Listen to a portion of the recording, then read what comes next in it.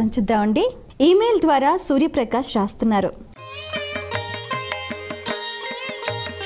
భార్య గర్భవతిగా ఉన్నప్పుడు చావులకు వెళ్ళకూడదా తెలియజేయగలరు అంటూ రాస్తున్నారు.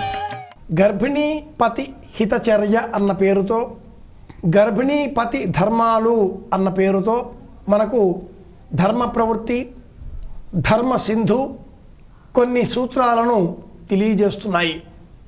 విశేషంగా తెలుసుకోవాలి అనేటటువంటి వారు ఈ గ్రంథాలను పరిశీలించవచ్చు. గర్భిణీ పతి హితచర్య అన్న పేరిట వావిళ్ళ రామస్వామి శాస్త్రులు అండ్ సన్స్ వారు కూడా ఒక చిన్న చిరు పుస్తకాన్ని విడుదల చేశారు. గర్భిణీ పతి హితచర్య.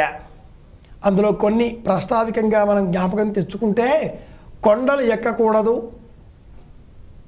దేవాలయ దర్శనాలు చేయకూడదు, ఏకభుక్తం అంటే ఒకటే పూట తినాలి, అధశయనం అంటే నేలపైన పడుకోవాలి, క్షౌరం విసర్జించాలి అంటే గడ్డం పెంచుకోవాలి, క్షౌరం చేసుకోకూడదు, ఉప్పు కారాలు విడిచిపెట్టాలి, మితంగా మాట్లాడాలి, అబద్ధాలు ఆడకూడదు, అప్పులు చేయకూడదు, ఎవరైనా బంధువులు మరణిస్తే అక్కడికి వెళ్ళకూడదు.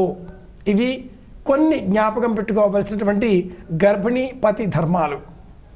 ఆ మరణించిన వ్యక్తి తల్లిదండ్రులు లేక మొదటి 3 తరాలలోని వారు అయితే మట్టుకు వెళ్ళాలి, స్నానం చేయాలి. ఎక్కడైతే ఆశౌచం పాటించవలసి ఉంటుందో ఆయా మరణాలకు మట్టుకు వెళ్ళవలసి ఉంటుంది.